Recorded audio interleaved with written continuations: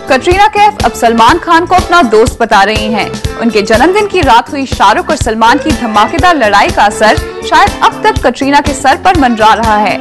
इसलिए शायद एक न्यूज़पेपर को कटरीना ने ये स्टेटमेंट दिया होगा। अब कटरीना के ऐसे कहने से सल्लू की क्या हालत होगी, इसका अंदाजा लगाना मुश्किल नहीं होगा। देखते हैं आज की स्टोरी नंबर 1। कटरीना कैफ और सलमान के लव अफेयर की बातें किसी से छुपी नहीं है, लेकिन हाल ही में जब कटरीना ने एक न्यूज़पेपर को ये स्टेटमेंट दिया कि वो और सलमान सिर्फ दोस्त है, तो इस बात से सल्लू मियां को झटका जरूर लगा होगा।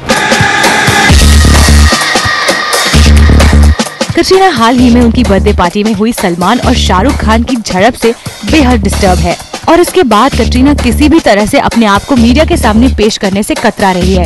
और अब जबकि उनकी mega budget film Singh is king release की कगार पर है, कटरीना फिर भी अपनी इस फिल्म के प्रमोशन के लिए भी आगे आने से परहेज कर रही है और अपनी इस दूरी के लिए कटरीना के पास है कई बहाने।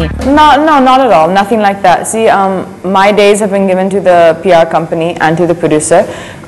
It's up to them how they want to plan the publicity. I'm doing whatever I can. This is my second, day of doing TV interviews. So I've done it in terms of that. I don't know really what else, how much else more I can do. और अगर किसी तरह सामने आ भी जाए तो सलमान और शाहरुख के मामले से जुड़े हुए सवालों से साफ बचकर निकल जाती है। It's not my place to comment on that. Katrina की ये खामोशी और फिर उनका ये कंट्रोवर्शियल स्टेटमेंट कि वो और सलमान अब सिर्फ दोस्त है, कई बातों की तरफ इशारा कर रहा है।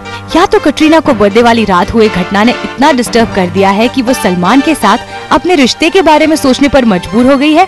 यहाँ तक कि सलमान के फैमिली मेंबर्स भी इनके रिश्ते के मामले में कुछ ना कहना बेहतर समझ रहे हैं। वो आप कटरीना से पूछिए और सलमान से पूछिए और सबसे पहले ऊपर वाला को पूछिए।